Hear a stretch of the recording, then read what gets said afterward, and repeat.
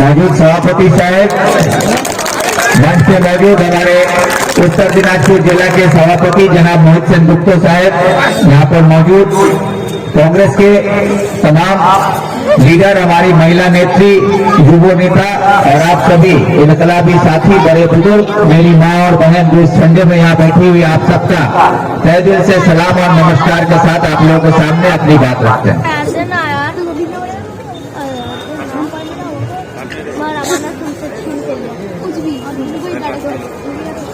आप लोगों को हम गौर से देख रहे हैं।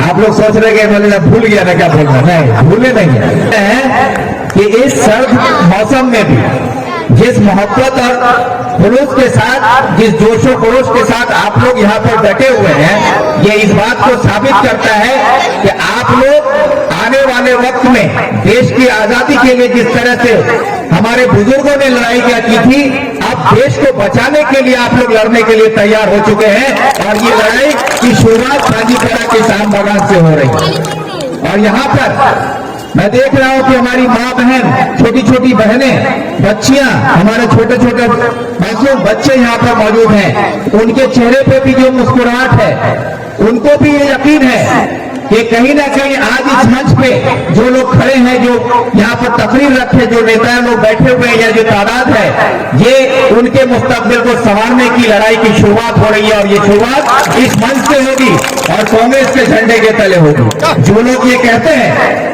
कि कांग्रेस में चंद लोगों के जाने से क्या होगा, कुछ दिन पहले इसी इलाके के आपके यहाँ से चुने हुए रहनुमा जनाब रब्बानी साहब, जो कि एमएलए हैं और मगरबी बंगाल के माइनॉरिटी के मिनिस्टर हैं, उन्होंने ये कहा था कि कांग्रेस कोई फैक्टर नहीं है, विक्टर कोई फैक्टर नहीं है। आज रात को जब सोते हैं तो ख्वाब में भी विक्टर नजर आता है, कांग्रेस नजर आता है। ये आलम हो चुका है। गोती से शुरुआत हुई थी घास पोखर में, गोती के बाद चूड़ा कुट्टी, लोधन, लोधन से पांजी पड़ा, अब अगला धावा खागर अंचल में होगा। और ये भी याद रखिए कि लड़ाई जो है ये किसी को हराने और किसी को जिताने की नहीं है, ये लड़ाई है कांग्रेस की, आवाम को जोड़ने की, देश को बचाने की। एक तरफ फिरका परस्त ताकत और एक तरफ ममता बनर्जी की लुटेरी सरकार, इन दोनों के बीच में जो आवाम पिस रहा है, उसको बचाने का पीड़ा अगर किसी ने उठाया है तो वो कांग्रेस ने उठाया है। और कांग्रेस आप लोगों को ये यकीन दिलाती है कि आज मैं इस मंच पे क्यों खड़ा हूं। मोहित सिंह गुप्ता जो आज हमारे जिला सभापति हैं, उनके साथ मंच साज कर मैं आपके सामने खड़ा हूं। कल तक हम लोग मुखालफत में खड़े होते थे, उस वक्त भी मैं हुकूमत के खिलाफ लड़ता था, आप लोगों के बीच में इसी मंच पे आकर, इसी आम बागान में आकर मैं उस वक्त भी ममता बनर्जी के खिलाफ था और बीजेपी के खिलाफ था, लेकिन मेरी पार्टी कोई और थी। लेकिन आज जो लोग ये सोचते हैं कि विक्टर को तृणमूल में चले जाना चाहिए था, बहुत लोगों ने मुझे सलाह दिया कि तृणमूल में चले जाइए, तृणमूल में जाने से ये मिलेगा, वो मिलेगा, यहाँ फायदा होगा, वहां फायदा होगा। अरे आज मैं उनसे कहता हूं कि ये आपकी नादानी और कम अकली थी, जो कि मैं देख सकता था वो आप नहीं देख सकते थे। कि आज आकर इस मंच पे देखो कि ये जो मोहब्बत मिल रही है, ये जो इज्जत मिल रही है, ये तृणमूल में कहीं नहीं मिलती है, ये कहीं नहीं मिलेगी तृणमूल में। आज मैं दावे के साथ कह सकता हूं कि आज हम लोग यहाँ पर जो मंच पे मौजूद हैं, हमारे पास कोई ओहदा नहीं है, हम कोई जनता का चुना हुआ प्रतिनिधि नहीं है। आज हम एमएलए नहीं है, मोहित सिंह गुप्ता एमएलए नहीं है, कोई जिला परिषद नहीं है, कोई यहाँ पर सभापति नहीं है, कोई प्रधान नहीं है, लेकिन फिर भी जहां भी हम लोग जाते हैं हजारों की भीड़ आती है और जिस जगह से गुजरते हैं वहां पर लोग खड़े होकर कम से कम इज्जत से मिलते हैं। और लेकिन तृणमूल का प्रधान, तृणमूल का सभापति, मंत्री जहां से गुजरता है, गुजरने के बाद लोग कहते हैं चोर जाते हैं, चोर जाते हैं। ये होता है कि नहीं? तो यही फर्क है कि हम लोग आवाम की बात करते हैं, इंसाफ की बात करते हैं, हक की बात करते हैं, आपके लिए बोलते हैं, आपके लिए लड़ते हैं। इसलिए इस ठंडे में भी आज जो आप आप लोग यहाँ पर इस मोहब्बत के साथ हम लोगों का इस्तेमाल कर रहे हैं। आज जो हमारे नौजवानों में सर्दी से लड़ने का जो जोश है, क्योंकि हमारे खूनों में रवानगी है, हमारे अंदर हरकत है, हरकत जाओगी वहां बरकत होगा। और ये उसी हरकत का नतीजा है कि भारत जोड़ो यात्रा में आज ये सवाल उठाया जाता है कि राहुल गांधी एक टी शर्ट पहन के कैसे घूमता है, राहुल गांधी को ठंडा नहीं लगता है। अरे राहुल गांधी भी हमारी तरह हार मास का बना हुआ एक इंसान है, उनको भी सर्दी लगती है, गर्मी लगती है, लेकिन देश में जिस तरह का लूट और अफरा तफरी का माहौल बना दिया गया है, देश के किसानों के मासूम बच्चों के मुंह से निवाला छीन लिया जा रहा है जीएसटी के नाम पर, जिस तरह से लूट मचाई जा रही है, बेरोजगारी को बढ़ाया जा रहा है कि फाटाकशी का आलम बढ़ता जा रहा है, हमारी मां बहनों को इज्जत आबरू लूटी जा रही है, ठंड में लोग मर रहे हैं, उनके बदन से कंबल खींच लिया जा रहा है। ये जो मैं कह रहा हूं ये ऐसी नहीं है। अगर आप इसको देखें, महंगाई की वजह से लोग सर्दी का कपड़ा नहीं खरीद सकते हैं, महंगाई की मार की वजह से बच्चों को तालीम नहीं दे सकते हैं, महंगाई की मार की वजह से हम अपने बड़े बुजुर्गों का इलाज नहीं करा पा रहे हैं, महंगाई की मार की वजह से किसान खेती नहीं कर पा रहा है, फसल का कीमत नहीं मिलने की वजह से बच्चों को तालीम नहीं मिल रही है।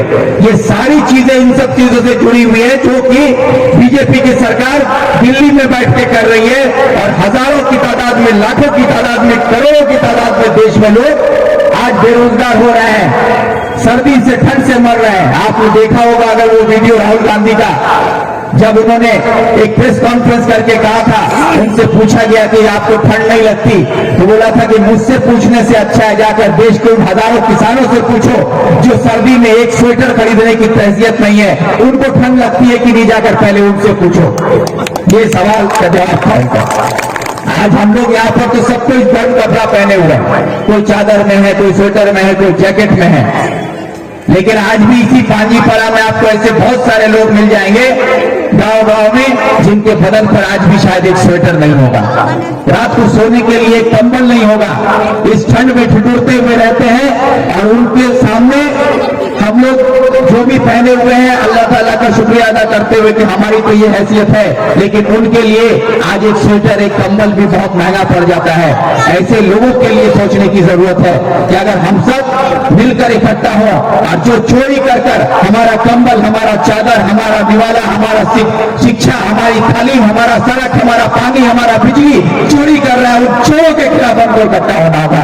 और उसके खिलाफ खड़ा होने के लिए यही कांग्रेस एक मंच है जो तमाम चोरों को एक कतार में खड़ा करके आवाम की बात कर सकता है। नहीं तो यहाँ पर अगर आपका मंत्री भी खड़ा होगा तो वो आपकी बात नहीं करेगा, वो चोर की बात करेगा कि मेरा प्रधान साहब ये कर दिया, मेरा दीदी वो कर दिया, मेरा भाई ये कर दिया। अरे दीदी भी चोर, तुम्हारा भाई भी चोर, तुम भी चोर, तुम्हारा प्रधान भी चोर, तुम किसकी हिमायत कर रहे हो? तो इसलिए आप लोगों से हम कहना चाहते हैं कि ये चोरों के खिलाफ जो लड़ाई है, ये भारत जोड़ो का जो ये नारा राहुल गांधी ने दिया है, ये भारत जोड़ो का मतलब क्या है? भारत के लोगों को जोड़ना, हिंदू मुस्लिम सिख ईसाई को जुड़ जाना होगा, मां बहन बेटियों को जुड़ना होगा, बेकार नौजवानों को जुड़ना होगा, बेरोजगार नौजवानों को जोड़ना होगा, बड़े बुजुर्गों को जुड़ना होगा, पढ़े लिखों को जुड़ना होगा, हर किसी तबके के लोगों को, कारोबारियों को जुड़ना होगा, हर किसी को जुड़कर एक मजबूत भारत बनाना होगा। ये उसकी शुरुआत है, उसी का नाम है भारत जोड़ो। आज हम वामपंथी करते थे, वामफ्रंट क्यों करते थे? क्योंकि वामफ्रंट गरीबों की बात करता था, वामफ्रंट गरीब के लिए लड़ता था, यही सोच के हम लोग लड़ते थे। लेकिन आज अगर आप देखें कि कांग्रेस पार्टी में हम क्यों हैं? क्योंकि राहुल गांधी जो बोल रहे हैं जल जंगल जमीन, जल जंगल जमीन की बात कौन कर रहा है? राहुल गांधी। गरीब की बात कौन बोल रहा है? राहुल गांधी। किसान को हक दिलाने की बात कौन बोलता है? राहुल गांधी। देश में पूंजीवादियों के हाथ से पूंजी छीनकर गरीबों में तकसीम करने की बात कौन कर रहा है? राहुल गांधी। आज वो हर बात जो वामपंथी बोलता था वो सारी चीजें आज राहुल गांधी बोल रहा है, सारी लड़ाई राहुल गांधी लड़ रहा है, सारी लड़ाई कांग्रेस कर रही है। तो हम वहां क्यों रहे? हम जो गरीब के साथ थे तो गरीब की बात जो बोलेगा, गरीब के लिए जो लड़ेगा, हम सब उसके साथ रहेंगे। यही होना चाहिए हम लोगों को। इसलिए हम सबको इकट्ठा होकर कांग्रेस के साथ चलना। आज यहाँ पर कुछ सवाल हम उठाना चाहते हैं, क्योंकि पांजीपड़ा की सरजमीन पर जब हम खड़े हैं तो पांजीपड़ा में अक्सर ये गाना गाया जाता है मंत्री साहब के तरफ से, उनके पार्टी के कारकुनों के तरफ से कि ग्वालपोखर में बहुत तरक्की हुआ। सारी तरक्की ग्वालपोखर में। मैं कुछ सवाल उठाना चाहता हूं कि अगर तरक्की का नाम मंत्री साहब का 7 करोड़ का मकान है इस्लामपुर में, उसको तरक्की कहते हैं। उनका भाई गुलाम रसूल 6 करोड़ का मकान लिया है किशनगंज में, उसको तरक्की कहते हैं। ये हम गिना रहे हैं, उंगली दिखा के बोल रहे हैं। इस बात से इनकार कर सकता है रब्बानी साहब कि 7 करोड़ का मकान इस्लामपुर में नहीं है? आप लोग भी हाई स्कूल के टीचर यहाँ पर मौजूद है, मंच पे भी हाई स्कूल के टीचर मौजूद है। रब्बानी साहब भी एक हाई स्कूल का टीचर है, उनकी अहलिया वो एक प्राइमरी स्कूल की टीचर है। एक हाई स्कूल का टीचर 40-45 हजार रुपया तनख्वाह पाते हैं, 50 हजार रुपया तनख्वाह पाते हैं। तो 40-50 हजार रुपया तनख्वाह पाने वाला आदमी 7 करोड़ का मकान बना लिया।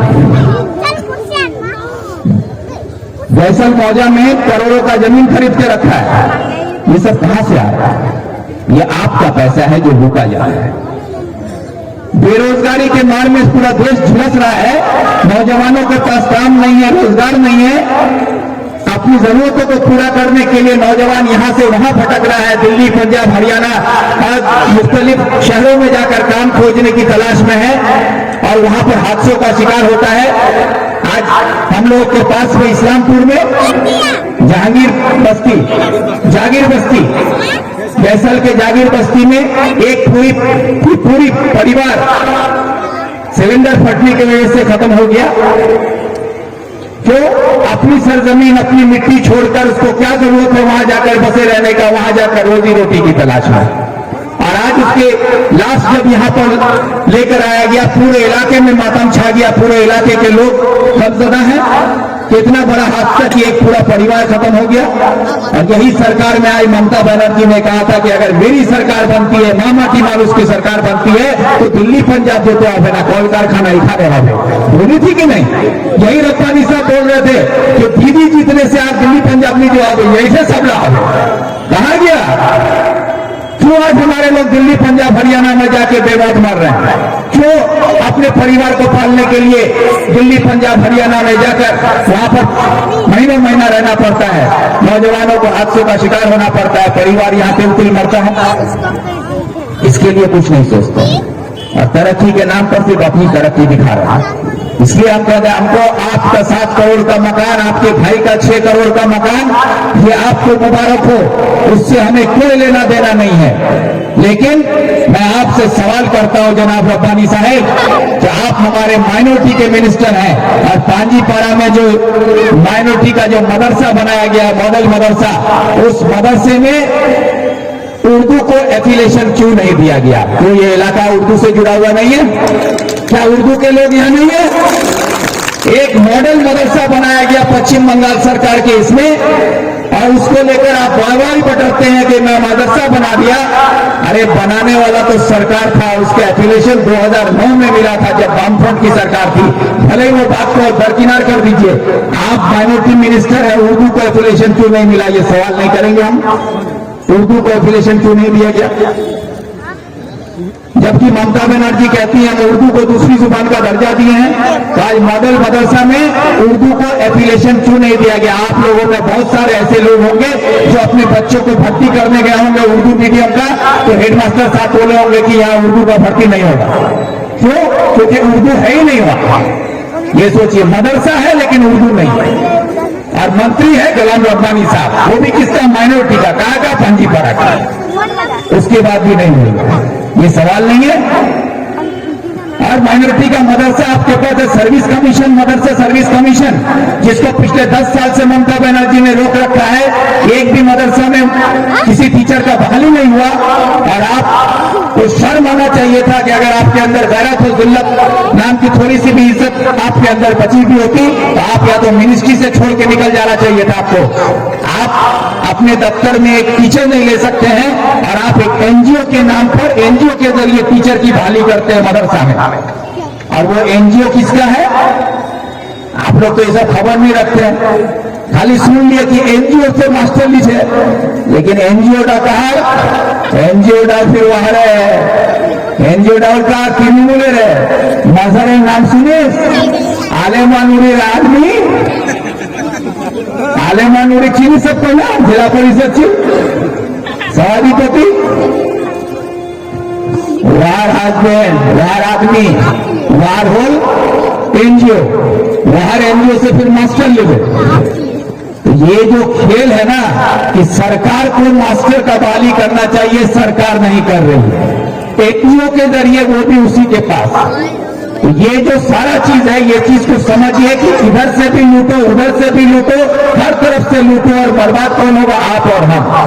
इसलिए ये सवाल आप लोगों के सामने हम करते हैं जनाब लखानी साहब से कि आप माइनॉरिटी मिनिस्टर हैं, माइनॉरिटी में एमएसडीपी एक प्रोजेक्ट है, स्कीम है, उसमें ये कहा गया है कि जहां पर भी 80% से ज्यादा या 80% माइनॉरिटी का इलाका होगा वहां का बिजली, पानी, सड़क, प्राइमरी स्कूल, मिडिल स्कूल, बिजली, हर सुख सुविधा वहां पर आप कर सकते हैं अपना एमएसडीपी फंड के जरिए। ग्वालपोखर जो है वो 80% माइनॉरिटी पॉपुलेटेड इलाका है, 80% लोग यहाँ माइनॉरिटी के हैं। तो आपका एमएसडीपी से क्या एक भी गांव का बिजली, पानी, सड़क, प्राइमरी स्कूल साफ?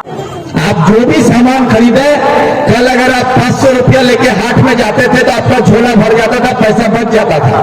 आज 500 रुपया लेके जाइए, झोला आधा भी नहीं भरता, पैसा खत्म हो जाता है। तो ये चारों तरफ से आपको लूट रहा है, तो ये कलवा चोर से बच के रहिएगा। इसीलिए ये कलवा चोर से बच के रहिए। और आपसे हम यही कहेंगे कि 20 तारीख को, जैसा कि हमारे जिला सभापति साहब बोले कि 20 तारीख को भारत जोड़ो यात्रा के समर्थन में सागर से पहाड़ तक का जो यात्रा कलकत्ता होते हुए मालदा तक पहुंच चुका है और मालदा से 18 तारीख उत्तर दिनाजपुर जिला में घुस जाएगा। 18-19 करते हुए 20 तारीख को आपके ग्वालपोखर में दोपहर के तकरीबन 12 बजे घरदप्पा, क्या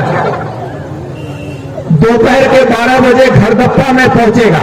तो आप सब तमाम, मेरे खास करके नौजवान भाइयों से मेरी अपील है कि तमाम नौजवान पूरे इलाके में अपने जितने भी जानने वाले दोस्त अहबाब रिश्तेदार हैं सबको खबर कीजिए कि उस दिन घरदप्पा में 20 तारीख को 12 बजे हम लोगों को इकट्ठा हो जाना है और ये यात्रा को यहां से निकालना है। हमारा काफिला इतना बड़ा होना चाहिए कि हमारे नारे में इतनी ताकत होनी चाहिए कि हमारे नारे से ही जमीन काट जाए, का बिगुल बजेगा पंचायत का। और यही आप लोगों से कहते हुए,